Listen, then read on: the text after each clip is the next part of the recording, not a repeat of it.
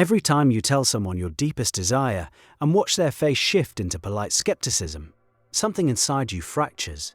You feel it immediately. That small contraction in your chest, the sudden need to justify yourself, to explain why this vision makes sense. By the end of this, you'll understand exactly what that fracture costs you and why protecting your inner world is one of the most critical disciplines in conscious creation. Think about the last time you shared something you were building in your mind, a relationship you were assuming into being, a financial shift you could already feel, a version of yourself you've been living into, quietly, faithfully for weeks. You told someone, maybe a friend, a parent, a partner, and they responded with that tone, the careful, measured voice that says, "I don't want to hurt you, but let's be realistic." You walked away from that conversation different than when you entered it. The image you'd been holding, crisp, vivid, saturated with feeling, had gone slightly blurry. You could still see it, but you couldn't quite feel it the same way. That blur is the entire problem. Neville Goddard taught that the subconscious mind accepts whatever the conscious mind impresses upon it, through feeling and repetition. Your assumption, the state you've been living in, functions like a seed planted in fertile ground. It needs darkness to germinate, silence, warmth. The seed doesn't need sunlight yet, it needs to be left alone long enough to take root. When you speak your desire aloud to someone operating from a completely different set of assumptions about reality, you're ripping that seed out of the soil to show them how it's growing. And their doubt, their raised eyebrow, their well-meaning, "but how?" That's frost on exposed roots. The mechanics here are precise. Your subconscious doesn't argue. It doesn't weigh evidence. It accepts the dominant impression. When you've been doing the inner work, living in the end, falling asleep in the wish fulfilled, saturating your mental diet with the assumption that it's done, you're building a specific impression. Layer by layer, night after night, that impression gains weight. It starts to feel more real than your current circumstances. You begin operating from it naturally. Your reactions shift, your posture changes, your decisions align with someone who already has what they desire. Then you sit across from someone who looks at you with concern and says, "I just don't want you to be disappointed." The words themselves are gentle. The energy behind them is a competing assumption. One that says your desire is unlikely, that the world works according to visible evidence alone, that hoping too hard leads to pain. And because you care about this person, because their opinion has weight in your psyche, that competing assumption slips past your conscious defenses. It enters through the side door. You don't even notice it settling in. But that night, when you try to do your mental work, there's a new texture in the scene. A whisper of, "What if they're right?" A flicker of the old state. The impression you've been building now has a crack running through it. Doubt operates differently than most people assume. It doesn't announce itself with a megaphone. It seeps. One conversation can introduce a hairline fracture that spreads over days. You find yourself rehearsing counter-arguments in the shower, defending your vision to an invisible jury. That defensive posture is already a departure from the state of the wish fulfilled. Someone who already has what they desire doesn't defend it. They live in it the way you live in your name, without effort, without justification, without needing anyone's agreement. The moment you need someone else to believe in your desire, you've revealed something to yourself. Your own belief hasn't fully crystallized, and that's worth sitting with, because it points to the real work. The impulse to share often disguises itself as excitement, but underneath, it's frequently a request for external validation. You're looking for someone to reflect your assumption back to you, to make it feel more solid. The problem is that outsourcing solidity means your foundation depends on their response.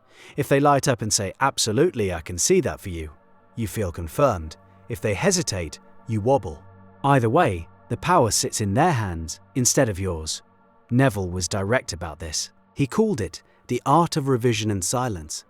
Your imaginal act is a conversation between you and your deeper self. Introducing a third party into that conversation, especially one who operates from sense evidence rather than imagination, dilutes the signal. You're trying to tune a frequency, and their skepticism is static on the line. Consider what happens energetically when you contain your vision. There's a pressure that builds, a fullness. You walk around carrying something luminous that only you can see, and that privacy gives it density. Every time you choose silence over sharing, You're making a statement to your subconscious. I trust this enough to let it grow without outside approval. That trust is itself an impression. It reinforces the assumption. The seed gets another day in the dark soil, another layer of root structure, another degree of inevitability. Some people will push back on this and say that secrecy breeds isolation, that healthy relationships require openness. And there's genuine wisdom in that, for processing emotions, navigating conflicts, building intimacy. But a desire in its gestational phase has different needs than a relationship problem that requires dialogue. You wouldn't pull a cake out of the oven every 3 minutes to check if it's done.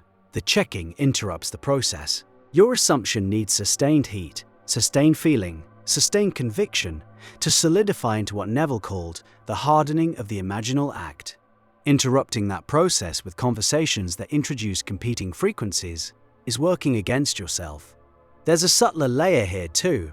When you share your desire and receive doubt, you often then enter a state of trying to prove the other person wrong.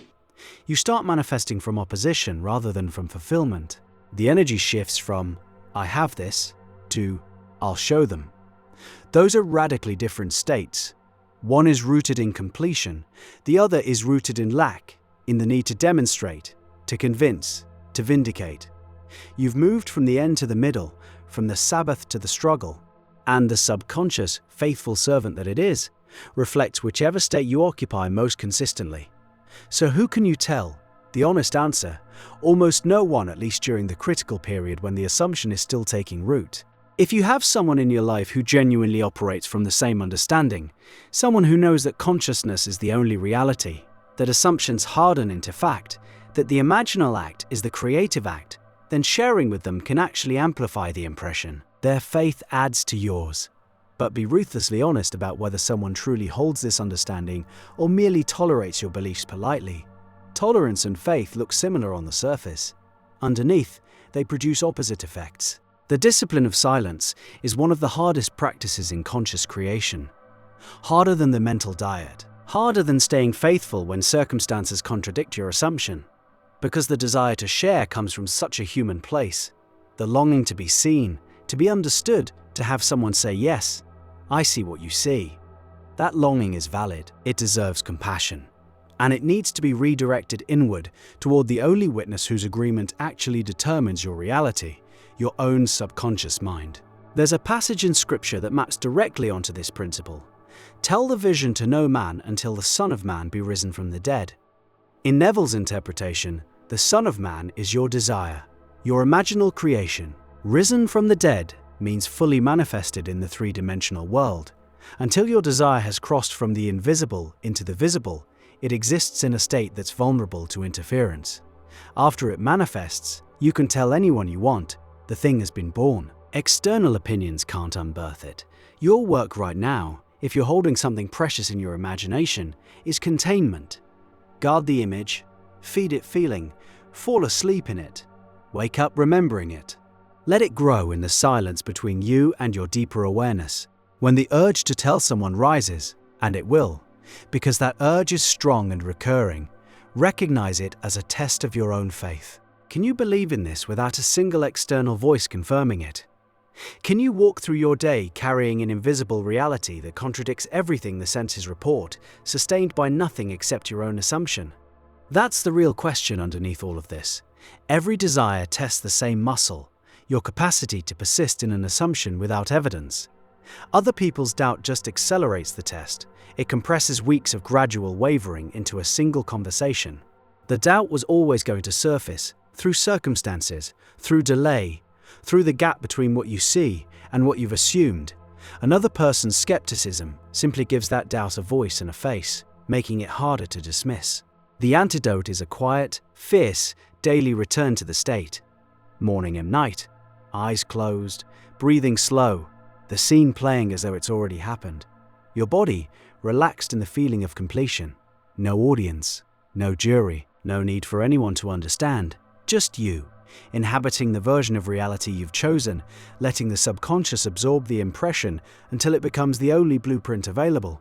Your silence is the womb where your desire takes form. Treat it accordingly.